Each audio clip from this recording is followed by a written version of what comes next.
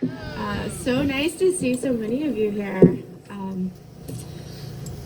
All right, so it's great to be here with you all, and Wado to the Piscataway people whose land we're on. You know, we wouldn't have this space for this march and rally if it wasn't for everything that they've lost, and we can't ever forget that. So despite being on this stage, I've spent most of my life being erased and forgotten. All of my communities suffer from hyper-erasure, and I've often been left to answer insulting and degrading questions about my people's legitimacy. Despite this erasure, my communities suffer some of the most devastating rates of violence and oppression. Every year, 1 in 3 Native women will be abused. 61.1% of bisexual women have been victims of intimate partner violence.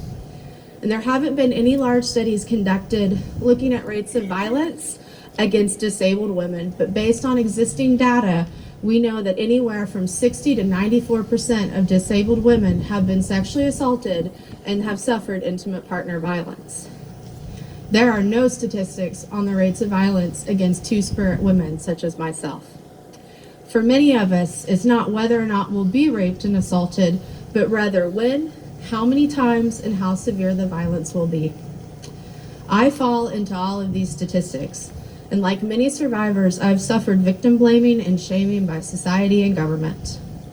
In 2018, I was raped again. After learning of his extensive violent criminal record, I decided for the first time in my life to pursue legal charges against an abuser. Almost 2 years later, and I've gone through 2 trials, and I'm still fighting in the courts. While in court, I've been called a liar, nefarious, had implications thrown at me that because I'm disabled, I'm too feeble-minded to know what happened to me. And worse yet, I was accused of going to court and seeking a protective order to further my career. Now, I've watched the violence I've suffered and that of my people swept under the rug, ignored, and we've been blamed for our victimization.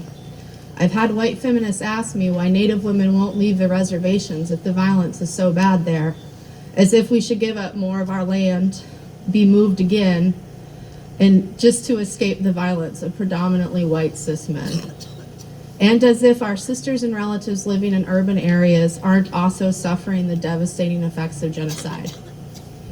I've watched predominantly white feminists repeatedly support Warren and other politicians that take an active role in Native genocide, as if we don't matter. I'm watching our Indigenous communities suffer the most immediate impacts of displacement and societal and health issues due to global climate chaos, yet many feminists support politicians who are in the pocket of resource extraction industry. Women like me just don't seem to matter. Frankly, I'm fed up, I'm angry, and I'm pretty low on hope and energy these days. However, while hope is in short supply in my life at the moment, I can say with certainty that this system will never bring justice, nor freedom, nor revolution for any of my communities or that of other marginalized people. The United States is an illegal occupying force that has no right to exist upon Turtle Island. This government was founded by and for white, land-stealing, native slaughtering, slave-owning, misogynistic, rapist cis men. And I will no longer look to my oppressor to provide me with safety or to value my humanity. What I do need, though, is for all of you here to stand as genuine accomplices to me and my communities, just as we need to stand with you. Listen to us, respect us, and by all means, have our backs because I have yours. Wado. Thank you.